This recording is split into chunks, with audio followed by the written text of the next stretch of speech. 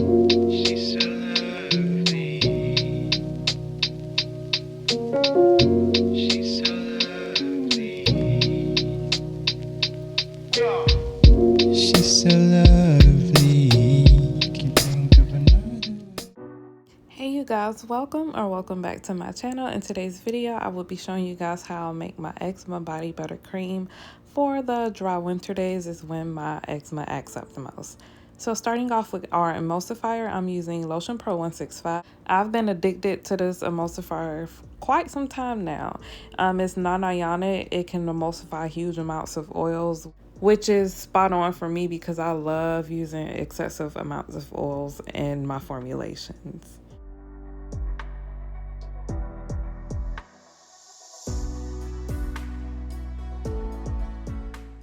Then we're going to go in with cetyl alcohol, which is a fatty alcohol, and it's going to act as a thickener, a co-emulsifier, and it will also add more body to my body butter.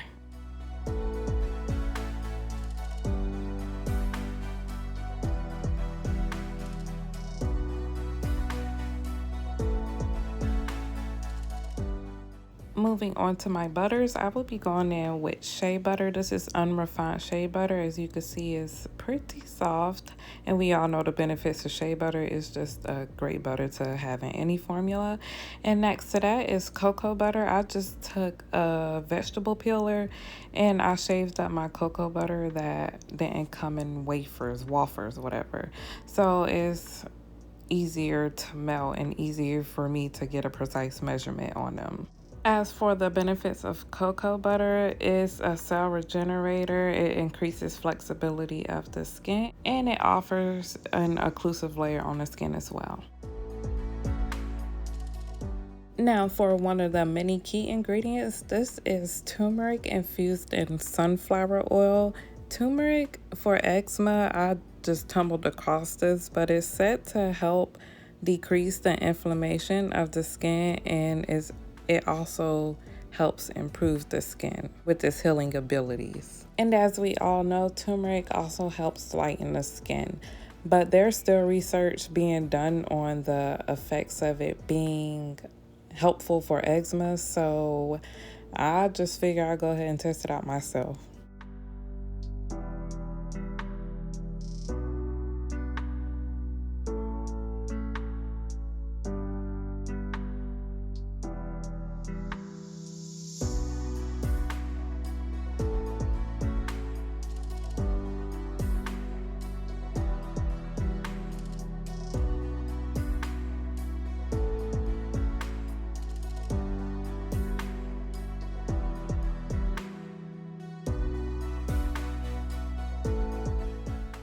Now we're going in with macadamia nut oil, and that helps regenerate the cells as well. I feel like that's key in an eczema cream. I don't know, that's my opinion though. And it also helps reduce irritated skin. And after that, we're gonna go in with jojoba oil. Jojoba oil has a list of beneficiaries to it. It helps alleviate the skin from irritants. It's a very lightweight oil.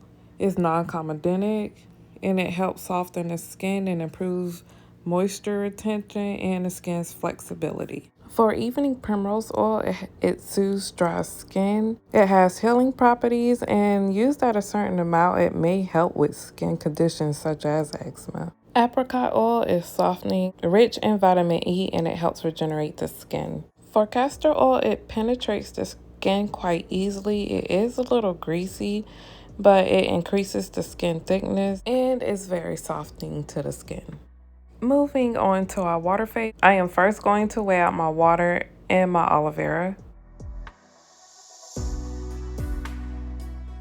For my humectant, I chose sodium lactate, and it's very hydroscopic, I believe is the word.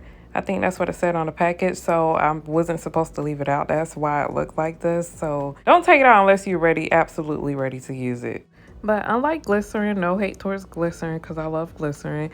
It has it leaves no sticky residue in your formulation, and it improves the skin's barrier and increase the elasticity of the skin. For panthenol, we all know it converts into provitamin B5 when it is absorbed into our skin. It soothes irritation and it acts as a healer. It could also help our other ingredients penetrate the skin 10 times better.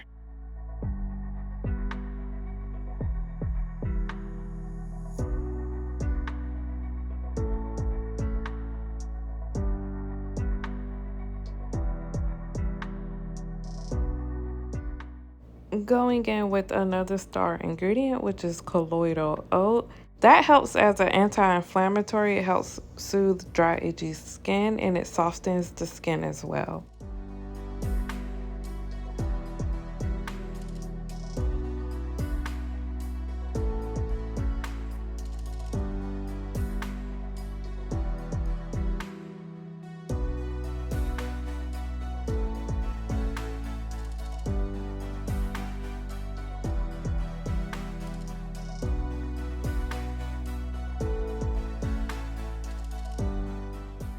For a tip, which is something I should have did, but it kind of slipped my mind, instead of hand mixing this, either use a whisk, that might possibly work, but I would honestly blend this with a stick blender or with a frother or whatever you have. Just blend this and make sure all the lumps are gone. But we are going to weigh our whole water phase out before we heat it up because water will be lost. And I had to switch scales because my other scale kind of went out on me for a minute because I poured water in it, but it started working after a while.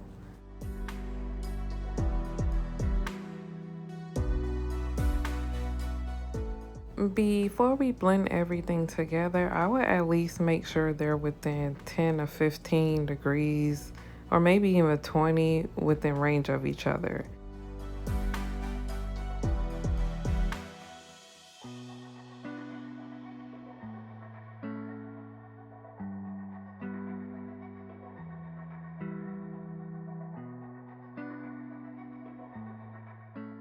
And as you can see, everything kind of started to thicken up immediately. Like the viscosity is already somewhat there, and we have that yellow tint color from the turmeric oil.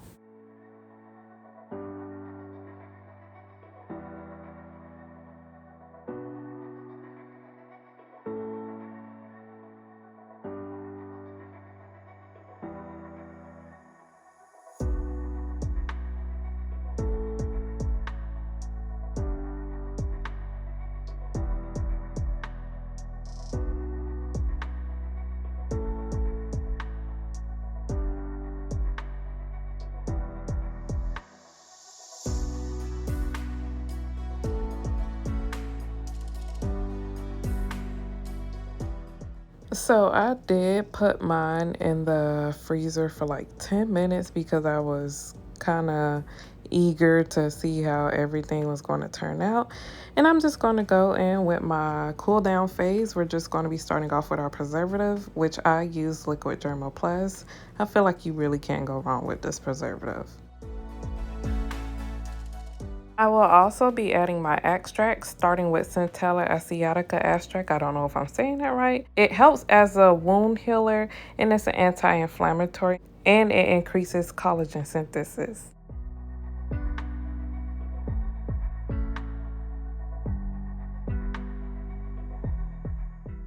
Chamomile extract helps increase the blood flow to our skin, which is helpful for cell regeneration. It's a strong anti-inflammatory, and it helps reduce the redness of our skin, and it's also a wound healer. Licorice root extract is said to be a powerful healer for eczema and psoriasis. It's moisturizing, it soothes the skin and redness, and it may have some lightening properties.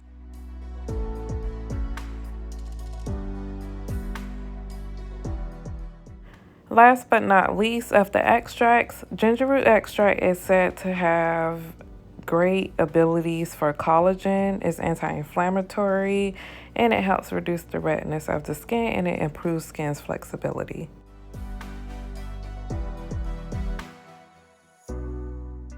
The reason for isopropyl myristate or IPM being in my formulation is to enhance the penetration of my ingredients, reduce the greasiness just a little bit, and I'm also using it so everything can spread easily.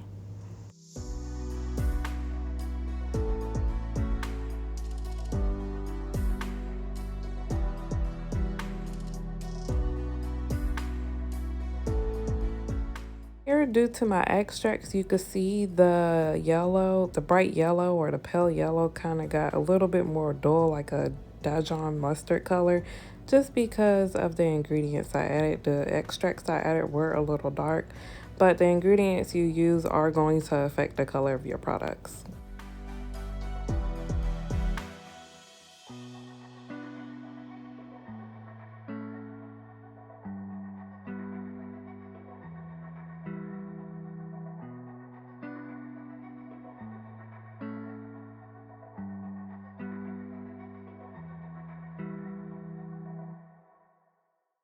And I switched to my spatula because the spatula scoops everything, like it cleans the jar out pretty much. And we're just gonna package everything up.